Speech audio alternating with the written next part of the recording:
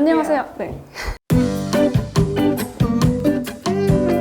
네, 안녕하세요. 여성의당 비례대표 후보 토크쇼에 오신 여러분 환영합니다. 저는 오늘 진행을 맡은 페미니스트 문화기획자 그룹 보슈의 공동대표 서한나입니다.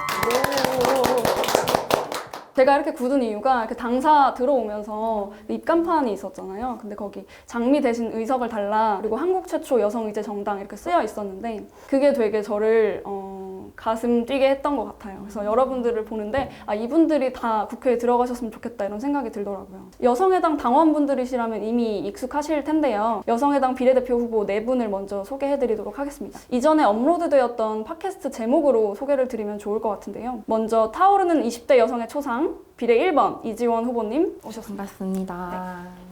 다음으로는 우리 빨간 약에도 계보가 있다. 비례 2번 이경옥 후보님. 반갑습니다. 네, 그리고 보람은 여성의 파일을 구할 뿐 비례 3번 박보람 후보님 오셨습니다. 안녕하세요. 네, 마지막으로 캡틴 장녀 대구 비례 4번 김주희 후보님 오셨습니다. 안녕하세요. 먼저 여성의당이 아주 빠른 속도로 창당이 되고 후보자분들의 인생도 그 사이에 엄청나게 바뀌셨을 걸로 예상을 하는데요. 지금으로부터 한 달 전에는 어떤 일을 하고 계셨는지, 또 본인이 21대 총선에 출마할 거라고 언제쯤 결심하게 되셨는지 그 시기가 좀 궁금합니다. 원래 대학원에서 했던 게 뭐냐면 이제 석사 논문을 준비하고 있었는데 디지털 기반의 성착취가 어떻게 발생하고 있는지, 디지털 기반으로 여성 운동을 하는 이들의 방법과 정치적인 의미는 뭔지 논문 써서 더 시간 보내느니 이거 빨리 해결하려면 여성의 당에서 내가 더 목소리를 내고 행동해야겠다 싶어서 책상 엎고 들어온 순간 여기까지 오르게 됐습니다. 책상 엎고 오신 이지원 후보님과 네, 다음 이경호 후보님께서 말씀해 주시면 좋을 것 같습니다. 각 정당의 후보의 성평등 정책이나 또 지역의 후보들의 성평등 정책을 분석하고 또 정책을 제안하고 또 협약을 하고 이런 활동을 했는데 갑자기 이제 제가 후보가 되어서 저도 깜짝 놀랐습니다. 3월 8일 우리 여성의당 그 창당대 때 저희 경남도당에 당원들과 함께 창당대에 갔다가 오는 길에 그분들하고 이런저런 이야기를 하다가 우리도 우리 지역에도 후보 한번 내자. 그래야 되겠다. 이런 이야기를 하면서 저를 추천을 했습니다. 제가 오랫동안 한 30년 정도 지역에서 여성 운동을 해왔고 20년 전부터는 지역의 여성 정책 세력화를 위해서 활동을 해왔고 그래서 제가 후보로 추천되고 여성의 당이기 때문에 제가 나가도 될 것 같아서 후보가 되었습니다. 저는 한 달 전에 여성의당에서 경기도 위원장으로 활동을 하고 있었어요. 상상치도 못한 전개로 흘러가서, 이거 상상치도 못한 전개로 흘러갔거든요, 정말로. 저는 기술직 여성으로 살면서 기혼 여성들과 독립을 원하는 여성들을 위해서 집을 지어줘야겠다는 생각을 하고 기술직으로 전직을 한 건 있어도 정치에서 뭔가 세력을 넓혀야겠다는 생각은 한 번도 한 적이 없었거든요. 근데 이제 누군가는 여성의당에서 멋있는 사람이 뭐 1020, 3040, 5060 세대 중에 한 명은 나와서 나 대신 목소리를 내줘야겠지라고 생각을 했었는데 그냥 제가 해야겠더라고요. 네. 제가 비례대표가 된 것은 코로나 때문이에요. 사실은 왜냐하면 저는 대구 장녀고 대구시당 창당 준비를 하고 있었거든요. 그런데 대구 경북에서 코로나 확진자가 어마어마하게 나오는 바람에 저희가 모여서 회의를 하는 것 자체가 힘들어졌어요. 내가 할 수 있는 일이 뭐가 있을까라는 생각을 하다가 그러면 이번에는 비례대표 나가자. 내가 할 수 있는 건 하자 하고 결심하게 되었습니다.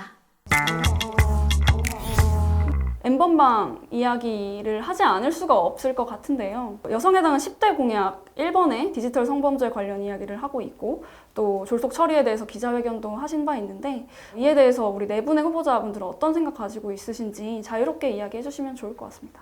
저는 디지털 성범죄가 이미 너무 누적된 문제였고 소라넷부터 해서 웹하드, 카르텔, 버닝썬 너무나 우리가 분노했던 문제인데 그때와 지금은 분명히 달라졌다고 기자회견장에 느꼈습니다. 왜냐? 여성의당이 생겼고 여성의당은 디지털 성범죄 하나만큼 제대로 물어뜯고 잡아내고 끝장내겠다는 정당이기 때문에 이전에는 그동안 여성들이 분노하고 아무리 목소리를 외쳐도 국회에서 나온 대답이 없거나 혹은 개정되는 것들이 너무 미미했다면 이제는 정말 새로운 변화가 생길 수 있겠구나라는 확신을 그 자리에서 느낄 수 있었습니다.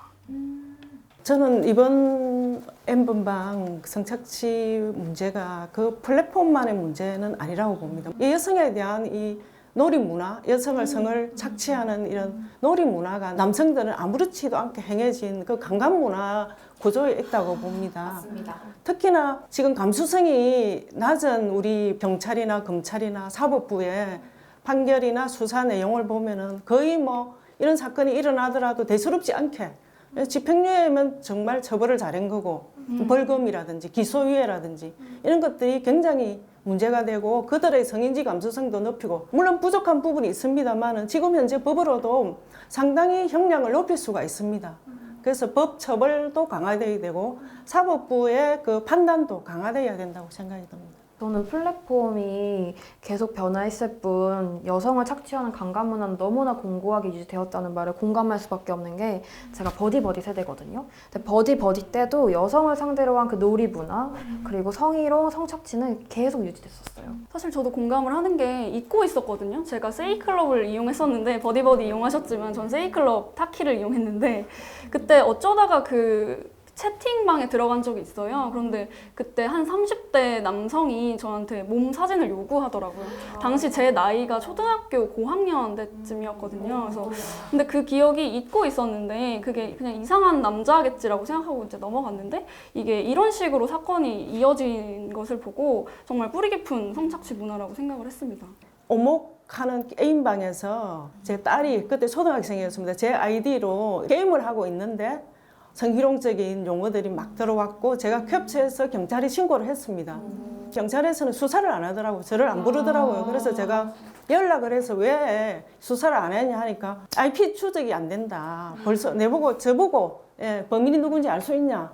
제가 범인을 알 수 있으면 경찰에 신고했겠습니까? 대학교 때 남성 선배들이 야동 본다 뭐 이러면은 야동 취향이 뭐냐 이런 얘기를 하면서 국산 뭐 이런 식으로 그걸 돌려보는 게 그냥 자연스러웠거든요. 그게 마치 종류의 취향인 것 마냥 그런 식으로. 근데 그때 문제도 뭔가 이상하다고 스스로는 생각을 했었는데 그냥 남자들이 그냥 그렇게 해오는 게 당연했다고 생각을 하니까 그거를 되게 간과했었던 것 같아요. 근데 정말 예전부터 있었던 일이에요. 버디버디 세대 때부터 그렇고. 저는 제가 아는 친구 중에 한 명이 그 친구 사진을 같은 반 남자애들이 합성해서 막 유포를 시켰어요. 그래서 그게 완전 페이스북 다 돌았거든요. 그 친구 나이가 많이 어렸는데 근데 사실 한번 유포가 되면 이것은 잘 잡히지 않아요. 그래서 그 친구가 지금 자퇴를 한 상태거든요.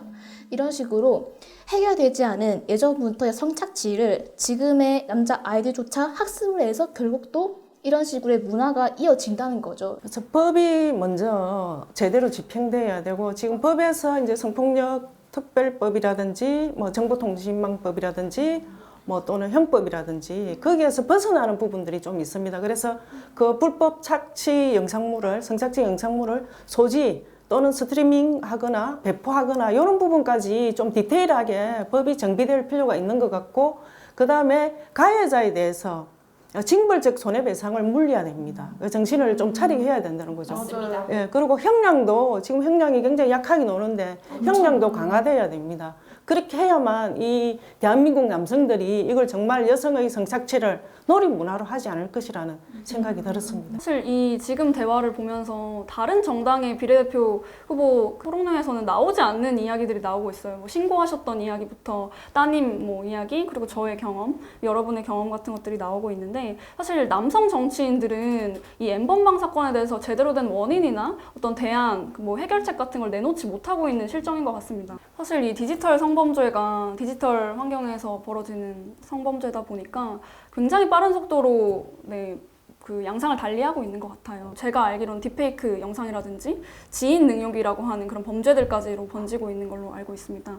이동할 수 있는 플랫폼 자체를 차단시켜야 하고 차단할 수 있는 방법이 저는 그 사이트에 대한 책임 부과 그리고 사이트에게 어떤 징벌적 손해배상을 요구하는 것 이런 식의 강력한 법 집행이 충분히 이미 기존 현행법으로도 가능한 상태인데 이걸 안 하겠다는 거는 의지가 없는 거지. 그래서 디지털 성범죄랑 관련해서 저희 여성의당에서 텔레그램 성착취 프로젝트 팀 리셋이랑 협약 맺은 게 있잖아요. 관련해서 디지털 성범죄 의제기구가 출범합니다. 그렇죠. 여성의당만 유일하게 의제기구가 지금 있는데요. 의제기구는 현장에서 직접 가서 프로젝트를 하고 그 현장의 상황을 파악해서 이 정책적으로 제안하고 그다음에 디지털 성범죄라는 게 사실 어디로 튈지 모르죠. 기술 발전으로 이게 하나를 막으면 또 다른 쪽에서 터지고 하기 때문에 끝까지 저희 여성의당은 의제기구에서 이 부분을 수석해서 반드시 해결하도록 하겠습니다. 모든 여성들이 다 그런 것은 아니지만 특히나 청소년들 여성들 그리고 취약계층의 여성들이 많이 피해에 노출이 되어 있어요. 그래서 그 부분에 있어서는 국가가 적극적으로 지원을 안정권을 위해서 지원을 해야 된다고 생각합니다. 네. 사실 말씀하신 대로 정말 가해자에 대한 제대로 된 처벌도 필요하지만 피해자의 안전 그리고 일상으로의 복귀 같은 것들이 정부 차원에서 지원이 돼야 된다고 이제 말씀을 다들 해주신 것 같은데요. 이제 좀 화제를 바꿔서 각 후보자분들을 더 깊게 알아보는 시간을 가지도록 하겠습니다. 아, 너무 긴장돼요.